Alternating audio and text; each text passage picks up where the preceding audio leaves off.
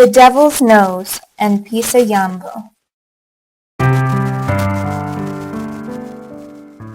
I don't like traveling by train. It seems so old-fashioned to me. I feel I'm wasting time.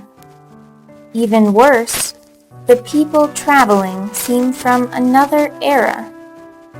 On one particular occasion, however, I had to do it so that my friend, Christine, could complete her trip around Ecuador.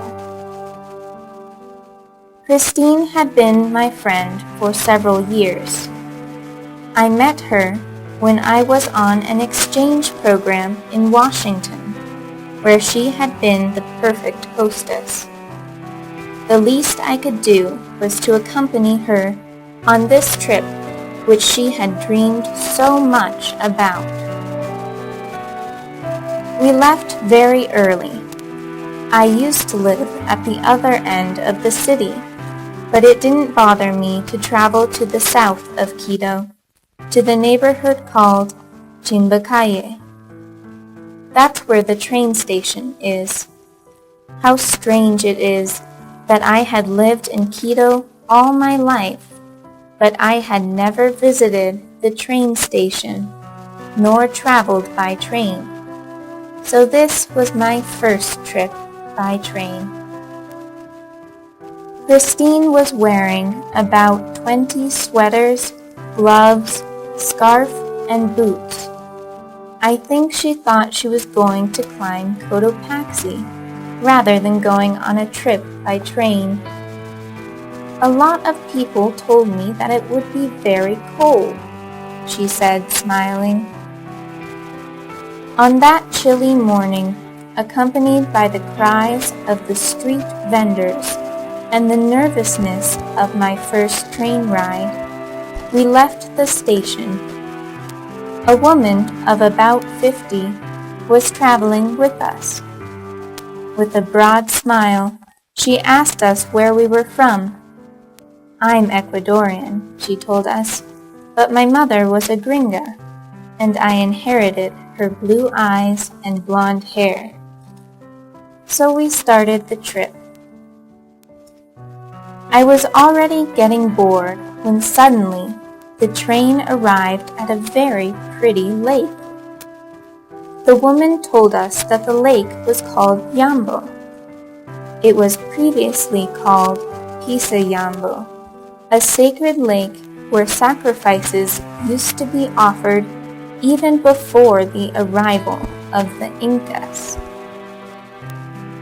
Lowering her voice, with a serious look on her face, the woman told us that when she was a child, the train was known as the Black Train because it was very old and was black because of all the smoke and rust. The Black Train made trips to various destinations. It traveled through the highlands, across mountains, full of forests of huge trees, or through deserted rocky areas. But there were two journeys which were well known and feared by all. The first was the Devil's Nose, near Alosi. This stretch of the railroad cost the lives of hundreds of workers during its construction and was considered for decades the most dangerous stretch of railroad in the world. Even today, there are parts where the train has to stop, change direction going in reverse, to then continue its journey.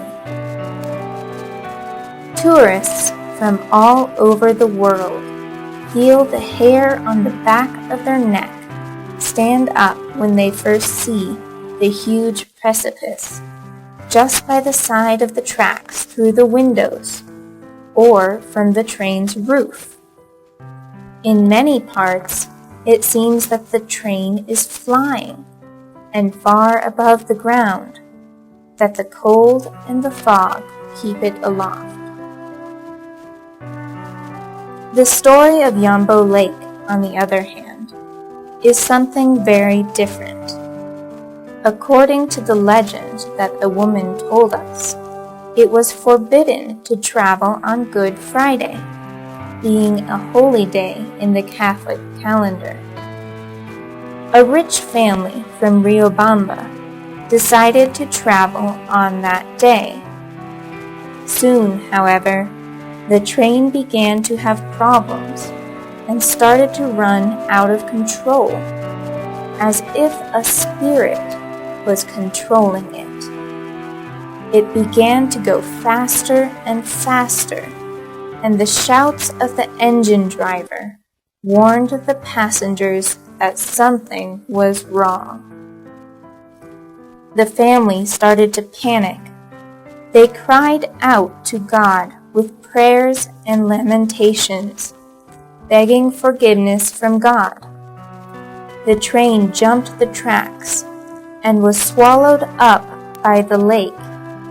Neither the train nor its passengers were ever found.